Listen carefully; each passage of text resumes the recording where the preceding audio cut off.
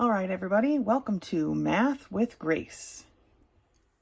Today we're going to be going through Math 7, Book 704, Lessons 6 through 10.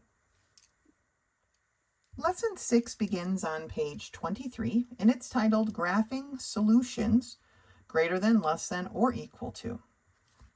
The solution to an equation or an inequality is the number or numbers the variable represents. In equations, usually the variable represents only one number, right? X equals 7. And we graph that on a number line by putting a solid dot at the number 7. That shows us that 7 and only 7 satisfies or represents the answer that is for our equation. For an inequality, though, because it can have a range or multiple answers, it's a little bit different when we graph. X is less than 7 tells us that any number less than 7 makes this sentence true. So to represent that on a number line, we put an open circle, okay? So a circle that's not filled in, we call it an open circle. And then we draw an arrow in the direction that represents the answers that fit. In this case, because X was less than 7, it's all of the numbers less than the 7 where we put our circle. Now, here's a little trick. If your variable is on the left-hand side of the inequality symbol, then the inequality symbol actually shows you which way to draw your arrow. So X is less than 7. We put our open circle at 7, and we draw our arrow to the left. And we put a little arrow at the end because that tells us that this goes on and on forever, amen. Okay? So, looking at problem 1a. X is greater than 4. Okay? At 4, we're putting our open circle. All right? And we'll talk about why it's an open circle and not a solid dot in another lesson. But we're going to put our open circle. X is greater than 4, our arrow tells me I need to go to all the numbers that are bigger than 4, which would be to the right. And I like to draw it just slightly above the actual number line. If you want to draw it right on the number line, that's fine, but make sure it's nice and dark like the book represents. This way I can just make a pencil line if I do it just above. And then it is still obvious. For part B, we have X is less than 1. So at the number 1, we are drawing an open circle. And go less than, our inequality symbol tells us we're going to the left. Like that. Okay? For 2a, we have X is equal to 2. Equal tells me it's just 2. So if it's just 2, then we can put a solid dot on 2. For 2b, we have that X is greater than a negative 1. So we find our negative 1 on our number line. We put an open circle. X is greater than, the arrow is pointing to the right, and so that's which way our arrow is going to go, because all of these numbers here, forever and ever, amen, are greater than a negative 1. All right, let's turn the page and do a few more. Top of page 24 for part 3, we have, it says solve each equation or inequality and then graph the solution. So we have X minus 3 is less than 4. Remember from a couple of lessons ago, to get the X by itself, we solve it just like if there was an equal sign, right? Negative 3 is being subtracted from X, so we're going to do the opposite and add. So we have X, and then negative 3 plus 3 is 0. So X is less than 4 plus 3, which is 7. So now we have X is less than 7, and that's what we're going to graph, okay? So at the 7 is where we put our open circle. X is less than 7, okay? So we want all the numbers smaller than 7, and that's going to be all the ones to the left of the 7, okay? Remember this inequality symbol points which direction our arrow needs to go, to the left. For number 4, we have X plus 3, not equals, X plus 3 is greater than 4. 3 needs being added to X. We're going to do the opposite and subtract, okay?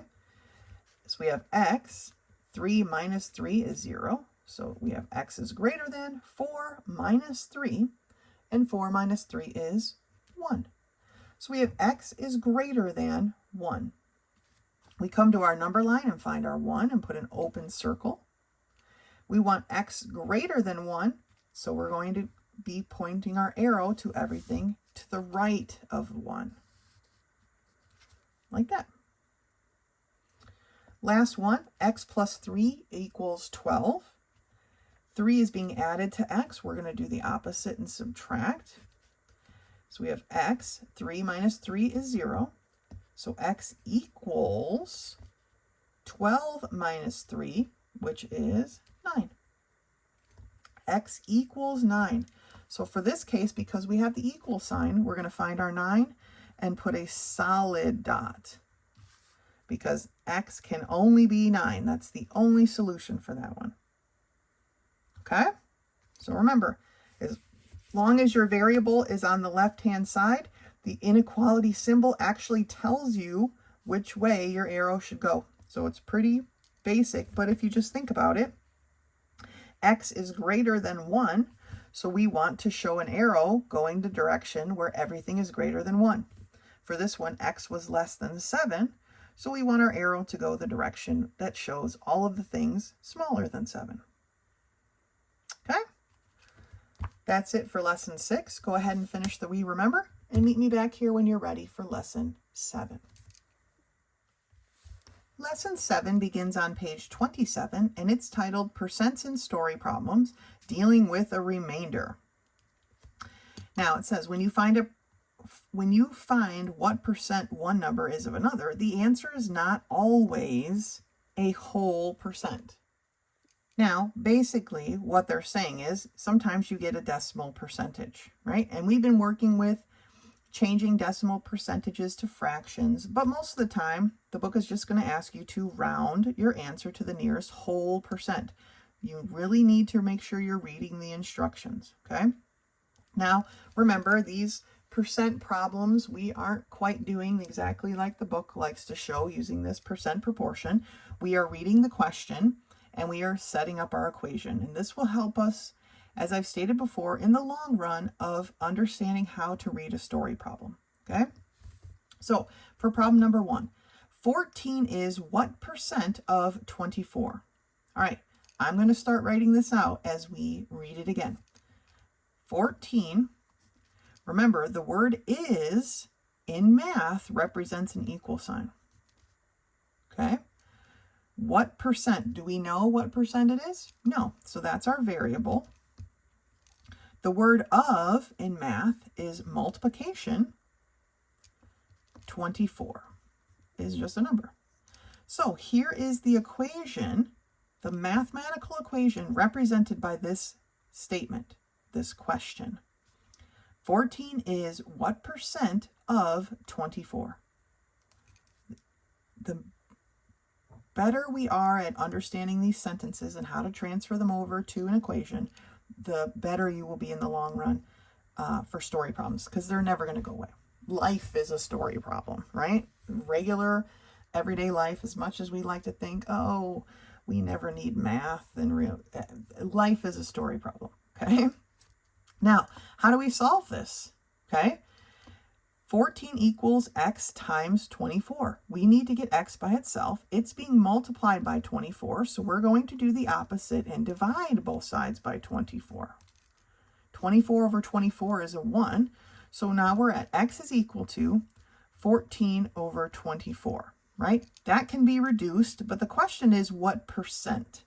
So even though that can be reduced to a simpler fraction, we're looking for a percentage, and so we need to actually just do the division. So simplifying it at this point would just be a waste of time, honestly. To get the percentage, remember, you're actually going to divide 14, the top number goes in your calculator first, divided by the bottom one. So 14 divided by 24 equals, so we have 0.5833 repeating, 333 forever and ever, amen, right? But this is not a percentage. This is a decimal that represents a percentage. So we can find the percentage in two ways. We can move our decimal point 2 places, or we can just multiply it by 100, right? Which is the same thing. Both of those things are the same. If you're just doing it on your calculator and you write times 100, then you get 58.3 repeating percent. Now, the book wants us to round to the nearest whole percent.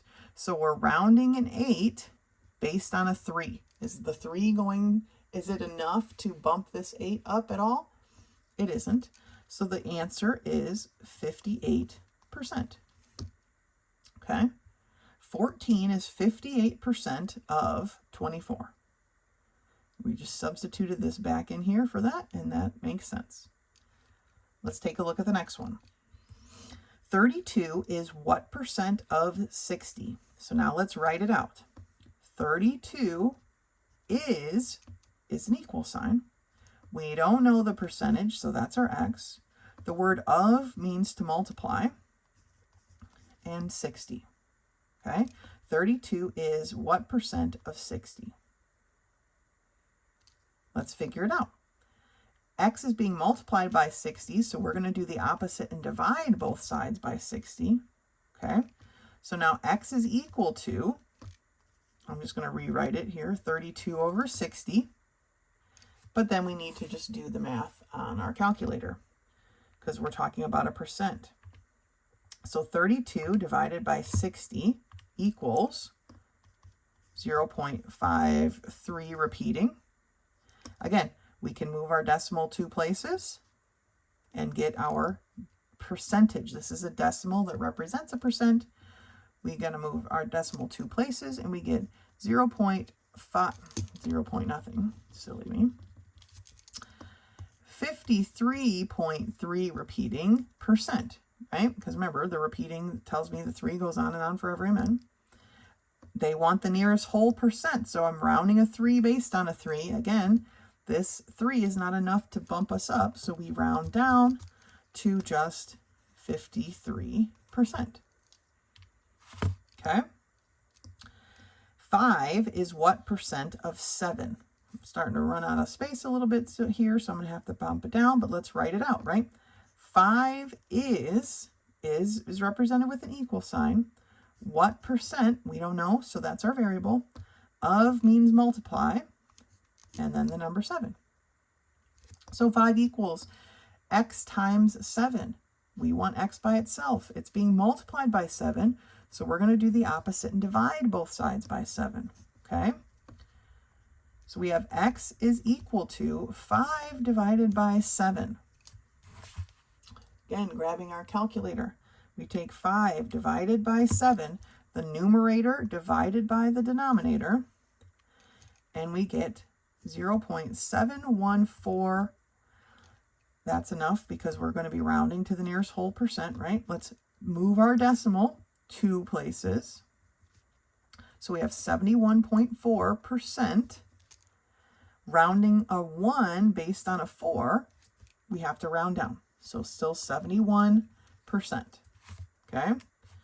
5 is 71% of 7, which makes sense, right? Because 5 isn't that far away from 7, so it is a big chunk of 7. Okay, last one. 26 is what percent of 45? So 26 is what percent of 45? Okay, that's the equation that is based on that sentence. Now, x is being multiplied by 45, so we're going to do the opposite and divide. 45 over 45 is 1. So now we have that x is equal to 26 divided by 45. What is that? Let's take a look. 26 divided by 45 equals 0.57 repeating, right? 777, my calculator rounds it at the last second. Let's move our decimal 2 places, and we get 57.7 repeating percent. Now we're rounding a 7 based on a 7, and this 7 is enough to tell us to round up, right? It's enough to bump this up. So the answer is 58%. All right, now let's do number 5 together and see what it is to actually do a story problem instead of just having the sentence written out for us, okay? See if we've honed our skills. Ernest is planning to use a hydraulic cylinder on a log splitter that has a maximum pressure rating of 3,000 psi. The control valve can be set to limit the pressure to 2,750 psi. The control valve setting is what percent? Okay, here's our sentence. The control valve setting is what percent of the maximum pressure rating of the cylinder? So the control valve setting, that's the first part. Which number was our control valve setting? Well, it's this one, right? Because it says the control valve can be set to. That's the control valve setting. So 2750, the control valve setting is, the word is an equal sign. What percent? Do we know the percentage? No, we do not. So that's our variable. The word of is multiplication. And then it says the maximum pressure rating. Well, the maximum pressure rating was 3,000. We did it. Okay, good job. We identified the sentence, okay, that gave us our equation. And then we identified each part. The control valve setting is what percent of maximum pressure rating. Great work. All right, so now let's solve, right? 3,000 is being multiplied by x, so we're going to do the opposite and divide both sides by 3,000. 3,000 over 3,000 is 1, so we have here that x is equal to 2,750 divided by 3,000. I'm not going to rewrite that. We're just going to go right into our calculator. So 2,750 divided by 3,000 equals, and we have 0.916 repeating. Remember, that's just a decimal value, not our percentage. The question is what percent, and our problem is telling us to round to the nearest whole percent. So we need to change this to a percentage. We're going to move our decimal 2 places to the right and get 91.6% is what our x is equal to. To round to the nearest whole percent, we're rounding this 1 based on a 6. Since the 6 is greater than 5, we're rounding up. So this 1 becomes a 2, so it's 92%. Okay? And that's what I'm talking about when I'm talking about being able to read a story problem and write an equation from it. All right? Perfect representation of that. All right, good job.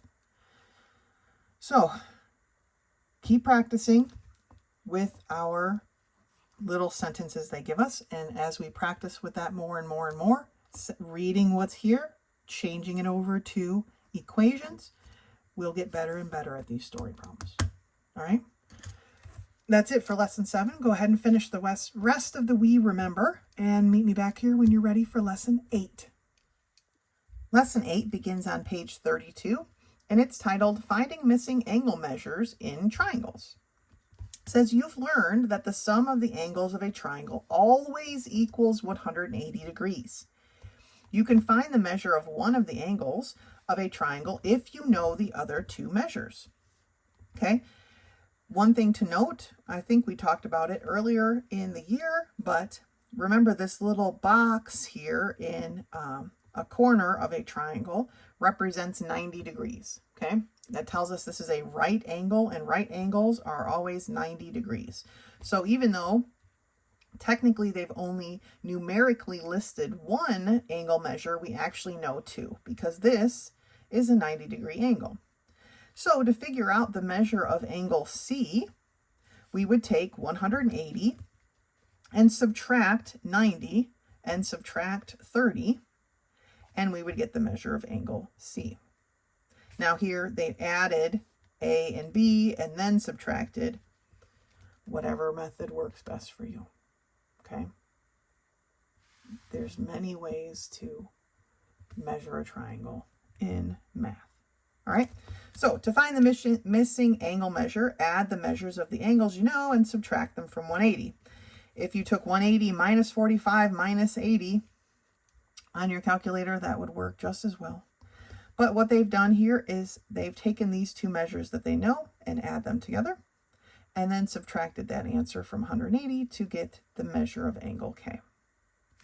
So, taking a look at the only problem they give us to practice with, problem number 1, we have this triangle, and they want us to find the measure of angle L. We know that J and K are 80 and 50 respectively. If we add those together, we get 130 degrees. If you take 180, which is the total amount available, and subtract the amount that's already been taken up, you'll see that angle J is 50 degrees. Now, when we're talking about measures of angles, we always put that little circle there floating. You can see them here in our examples as well. That represents the degree. That's the degree symbol. If you were doing this problem on your calculator, I would have taken 180 minus 80 minus 50 and just hit equals, and you would get the same answer. Okay? So, there you have it. That's lesson 8. Go ahead and finish the We Remember, and then you can meet me back here for lesson 9. Lesson 9 begins on page 36, and it's titled Building Pictographs. It says here, pictographs use symbols or pictures to represent values. A pictograph needs a title, a label for each row or column of pictures or symbols, and a key to show the approximate value of each picture. Sometimes it says you will need to use half of a symbol to represent only a partial item. Now, not necessarily a partial item, but if one diamond represents 6 items, then half a diamond would be 3. Now, the thing about a pictograph is they're great and they're a lot of fun, right? But they are not very accurate, right? Because we're rounding a lot when we're dealing with pictographs. So let's take a look at what I mean by not very accurate. So it says, using the model above, draw a pictograph for the information given below. Use the symbol of what's at a bullseye to represent 2,000 pounds.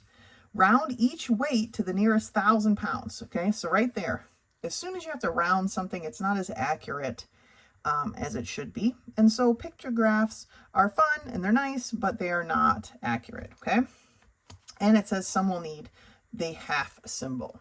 So the title is already here. I'm not going to rewrite it, sheet steel ordered, but I am going to label down the side here because I'm going to just go horizontally. So we have 1/4 inch. Okay, I'm just going to call it 1/4, and then we have 10 gauge, 12 gauge, and 14. Okay, and then we have pounds. Basically, we need to write our key. So our key is going to be the bullseye, which is going to be equal to 2,000 lbs or pounds. So every 2,000 pounds is represented with 1 bullseye. They want us to round each weight to the nearest 1,000 pounds. So if I'm rounding this one, the 1/4 inch, it's going to be approximately a 4 rounded by a 2. So it's going to be approximately 14,000 pounds. Now, to figure out how many symbols I need, I take 14,000 and divide it by 2,000. And 14 basically divided by 2, since they both have 3 zeros at the end, is 7. So I'm going to need 7 bullseyes. So for the 1/4, I have 1, 2, 3, 4, 5, 6, 7 bullseyes. For the 10 gauge, I'm rounding the 7 based on a 0. So it's just going to be 7,000 pounds. And how many bullseyes do I need? Well, 7,000 divided by 2, or 7 divided by 2, is 3.5, right? So I need 1, 2, 3, and then a half a bullseye. For the 12 gauge, I'm rounding a 4 based on a 4, so it's approximately 14,000 pounds. So it as well is going to have 7, just like the 1/4 inch did. So 1, 2, 3, 4, 5, 6, 7. We kind of want to line up our, not kind of want to, we definitely want to line up our symbols, right? It helps to give the visual representation of what's happening. For our last one, we have a 12 gauge. We're rounding this 2 based on a 6, so we're actually rounding up this time, and it's going to be approximately 3,000 pounds. Now, 3 divided by 2, or 3 over 2, right, is 1.5. So it gets 1 full one and a half of a 1. So this is what a pictograph is, okay? We use a picture to represent a certain amount of something. In this case, it was pounds, right? We definitely need to label that. It's called the key. Do you have to write the word key in front of it? No, you don't have to. We have our title, and we need to label our items, okay? And then we decide how many symbols does each item get. In this case, they had us round to the nearest 1,000 pounds. So we did our rounding first and then determined our number of symbols. All right. Pictographs, like I said, they're of the graphing. They're probably my favorite kind because they're fun. All right. But they are not accurate to the slightest. We're rounding off quite a bit. The 1/4 and the 12 ended up being exactly the same, even though the 12 is technically more than the 1/4, right? But for now, they'll work out great. Let's take a look at the top of page 37 here and answer a couple of these questions. The largest orders were for which 2 kinds of steel? Now, if we're basing it strictly off of the pictograph, then we would think that these 2 were exactly the same, and so it's the 1/4 and the 12 gauge. Okay? And then it says how many tons of steel were ordered. And then it says give your answer to the nearest ton.